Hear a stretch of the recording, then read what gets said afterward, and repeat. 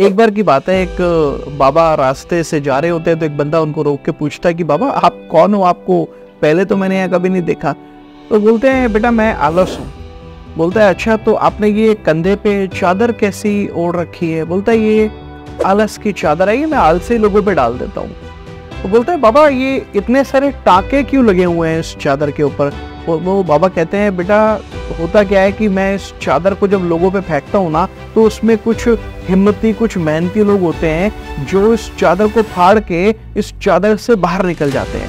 मैं फिर दोबारा से इस चादर को सिलता हूँ और फिर उन लोगों पर फेंक देता हूँ, वो फिर हिम्मत दिखाते हैं और इस चादर को फाड़ के फिर दोबारा से बाहर निकल जाते हैं। तो इसीलिए इस चादर पे इतने सारे टाके लगे हुए हैं।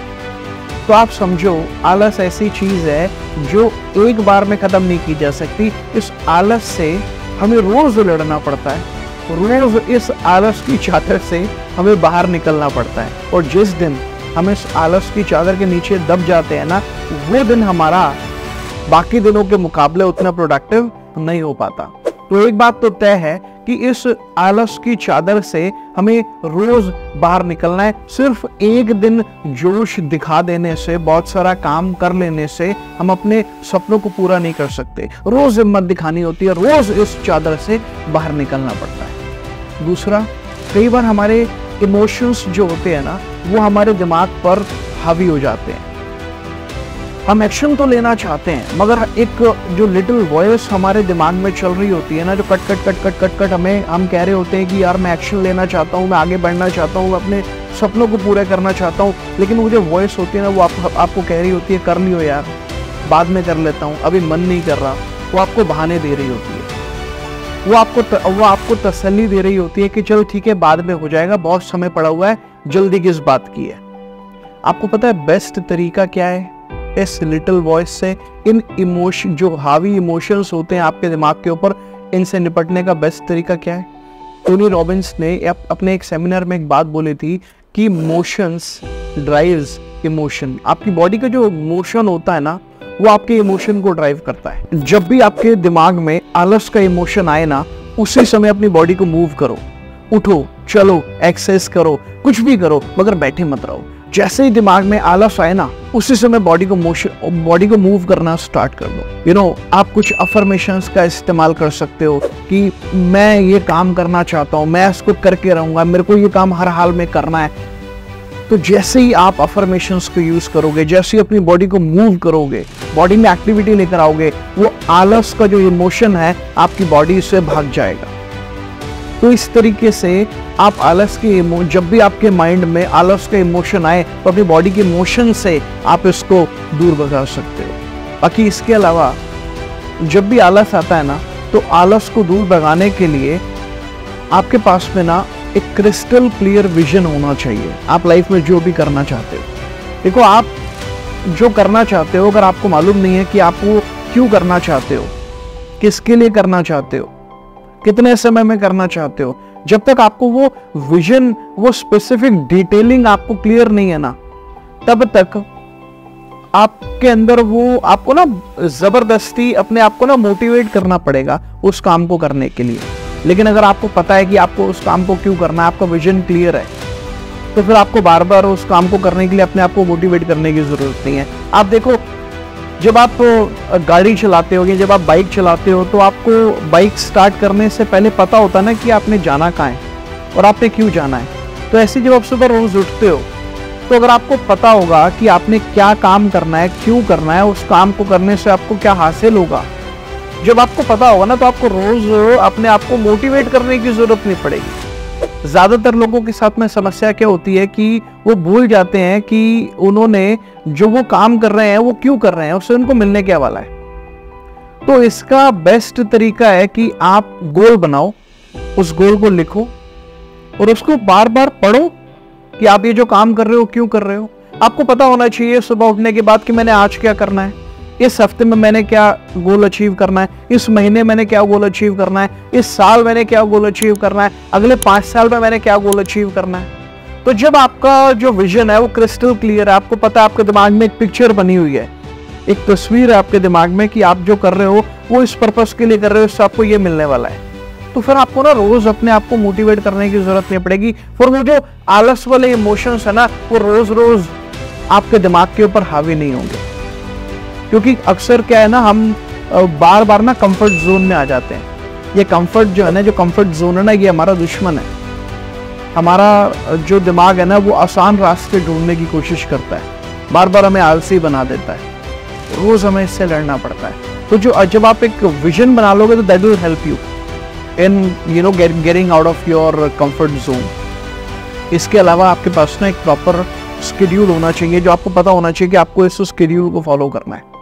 अगर आपको एक गोल परस्यू करना है और आप रैंडम काम करते हो ना, रैंडम टास्क करते हो, कभी ये कर लिया, कभी वो कर लिया, कभी ये कर लिया, कभी वो कर लिया, तो आई गारंटी यू कि आप अपने गोल्स को कभी भी अचीव नहीं कर सकते। हमेशा एक रूटीन को फॉलो करो, क्योंकि जब आप एक काम को रोज एक रूटीन में करते हो ना, रोज एक काम को रूटीन में कर रहे हो, तो वो आपकी हैबिट बन जाता है। एक बंदा बोलता है जी मैं करना तो बहुत कुछ चाहता हूँ मगर मेरे पास में टाइम नहीं है। हम सब लोगों के पास में दिन में 24 घंटे हैं, किसी के पास भी 25 घंटे नहीं है।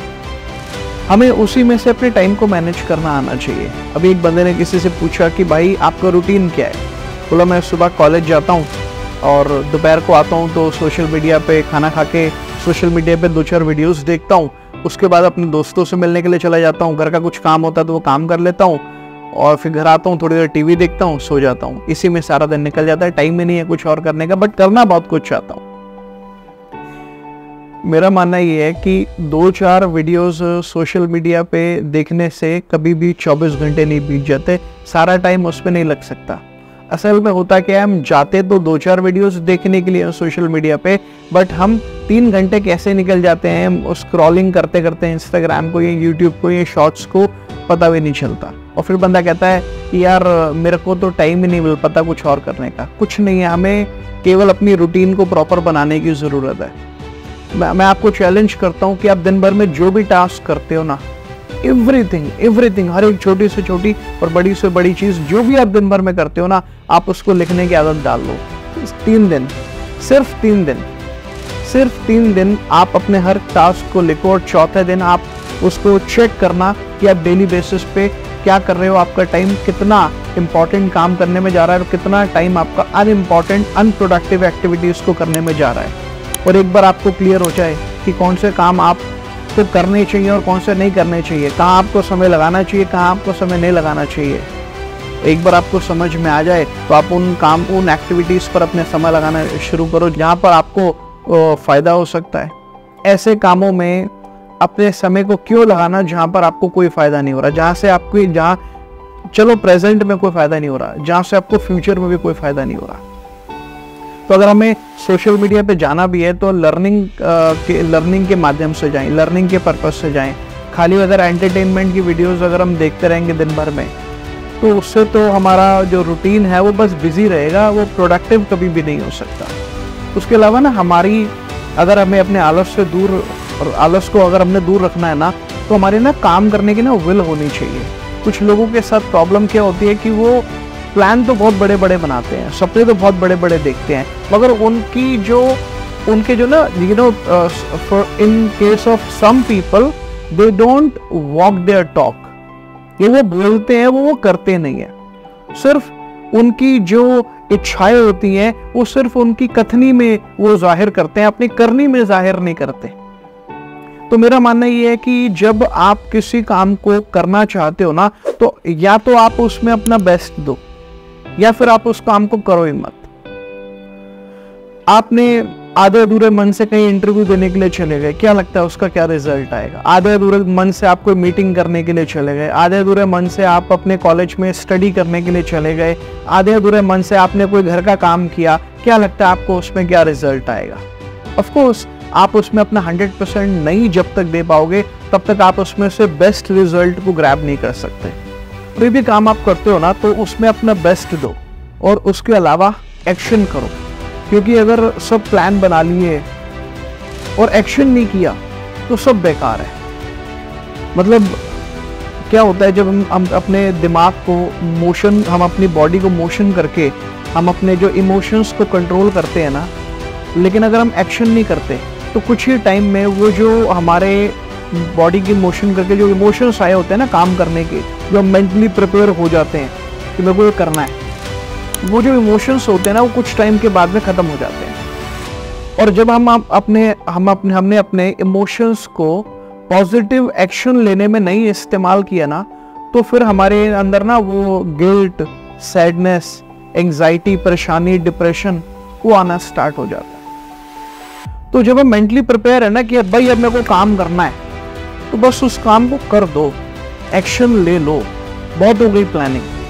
क्योंकि खाली प्लानिंग करने से, अपने आप को मेंटली प्रिपेयर करते रहने से बात नहीं बनने वाली। क्योंकि जब तक हमने एक्शन नहीं किया ना, तो हमें वो रिजल्ट नहीं मिल सकते जिन रिजल्ट्स की हम एक्सपेक्टेशन करते हैं।